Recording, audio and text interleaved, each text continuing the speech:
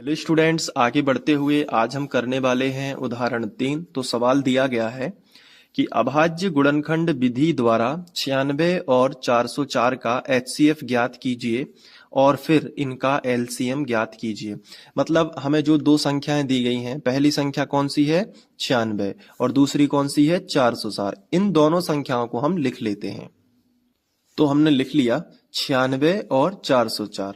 अब इसके बाद क्या करना है, हमें जब भी एचसीएफ ज्ञात करना, पहले इन्होंने बताया है कि पहले एचसीएफ ज्ञात करो और फिर इनका एलसीएम ज्ञात करो। तो सवाल को समझना है, पहले एचसीएफ ही ज्ञात करना पड़ेगा आपको, उसके बाद आपको एलसीएम ज्ञात करना है, ये ध्यान रखना। तो चलो पहले एचसीएफ ज्ञात करना है, तो चाहे एलसीएम ज्ञात करना हो चाहे तुम्हें एचसीएफ ज्ञात करना हो, एक बात याद रखना, उभयनिष्ठ गुणनखंड तो निकालने ही पड़ेंगे, क्योंकि एचसीएफ हो चाहे एलसीएम दोनों में जरूरत पड़ती है।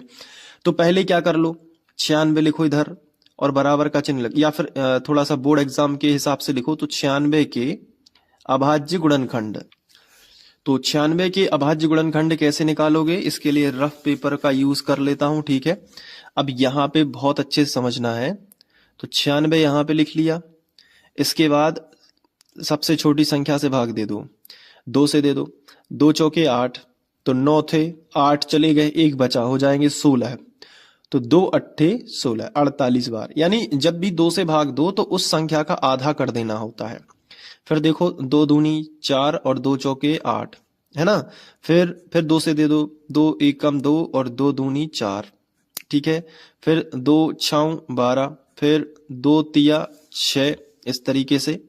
फिर 3 एकम 3, ये बना दिया आपने, ठीक है। तो 96 के अभाज्य गुणनखंड निकाल लोगे ना, तो 96 के अभाज्य गुणनखंड ऐसे मिलेंगे, 2 गुणित 2 गुणित 2 गुणित 2 गुणित 2 गुणित 3। यानी कि कितनी बार 2 आया है, 1 2 3 4 5 बार 2 आया है। तो 2 के ऊपर क्या लिख लो, 5 की घात गुणित, और फिर कौन आया है 3, तो 3 लिख दो, ऐसे लिख देना, ठीक है। अब 404 की निकाल दो, तो 404 लिखा और 404 के अभाज्य गुणनखंड। तो 404 के अभाज्य गुणनखंड मैं यहाँ रफ पेपर में आपको फिर से समझाऊंगा। तो 404 लिखा, चलो किससे भाग करना है, सबसे पहले भाग कर दो 2 से, ठीक है। 2 क्योंकि 4 इकाई अंक 4 है तो चला जाएगा, 2 दूनी 4, 2 बार गया, ठीक है। 2 दूनी 4, फिर 0 ज्यों का त्यों, और 2 दूनी 4, ठीक है। जब भी बीच में 0 हो तो वो आपको ज्यों का त्यों ही लगा देना है। 202 ही आएगा, इसका इसमें गुणा करोगे 404 आएगा। अब 2 से फिर दे दो, तो 2 एकम 2, 0 ज्यों का त्यों, और 2 एकम 2, 101 आ गया।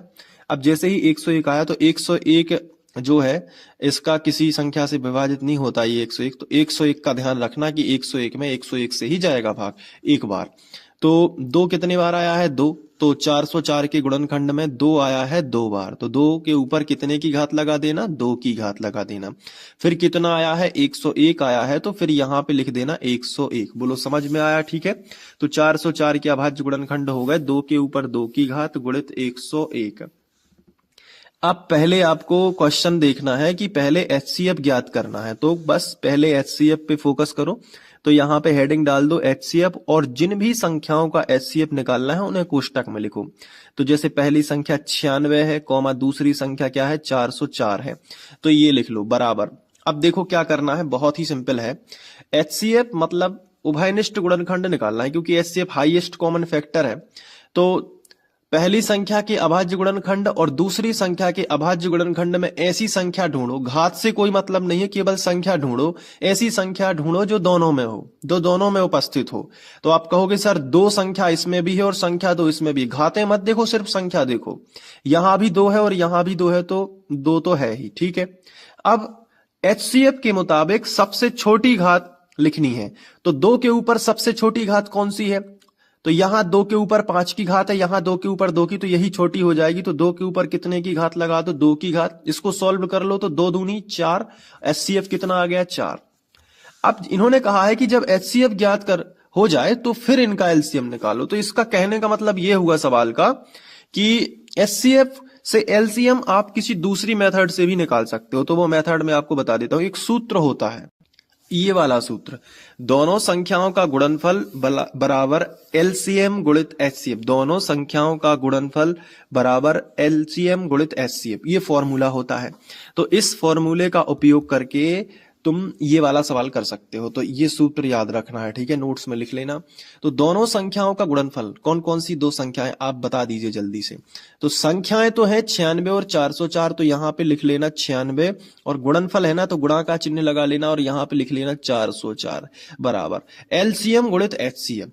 यानी एलसीएम कितना है अपना, तो एलसीएम तो भाई साहब अपन को ज्ञात करना है, तो एलसीएम यहाँ पे लिख लिया। और एचसीएफ कितना है, तो एचसीएफ अभी अभी ज्ञात किया है, कितना है, 4 है, तो 4 लिख लिया।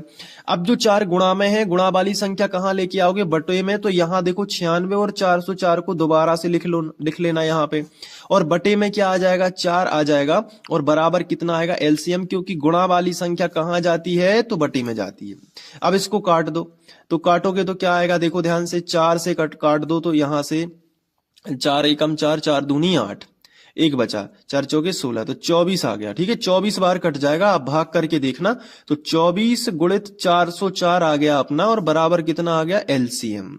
अब 24 में 404 का हम गुणा कर लेते हैं रफ में। बड़े ध्यान से समझना कि पहले हमने लिख लिया बड़ी संख्या 404, फिर हमने लिख लिया 24।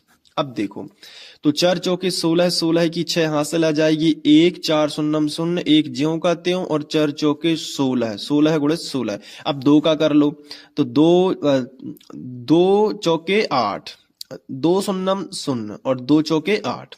अब देखो 6, 8 और 1 9, 6 ज्यों का त्यों, 8 और 1 9, 96, 96। तो यहाँ पे 96, 96 लिख देना कि यही क्या हो जाएगा, यही एलसीएम हो जाएगा। तो आपको जो है इस तरीके से सवाल को लगाना है। तो एलसीएम आ गया 96, 96, तो लिखना है यहाँ पे एक भाषा लिख देना, फिनिश लाइन। बोर्ड एग्जाम में अच्छे नंबर मिल जाते हैं। तो क्या लिखोगे कि अतः 96 और 404 का एचसीएफ कितना होगा, 4, और एलसीएम कितना होगा, 96, 96 होगा। अब आप चाहो तो इस सवाल को नोट भी कर सकते हो।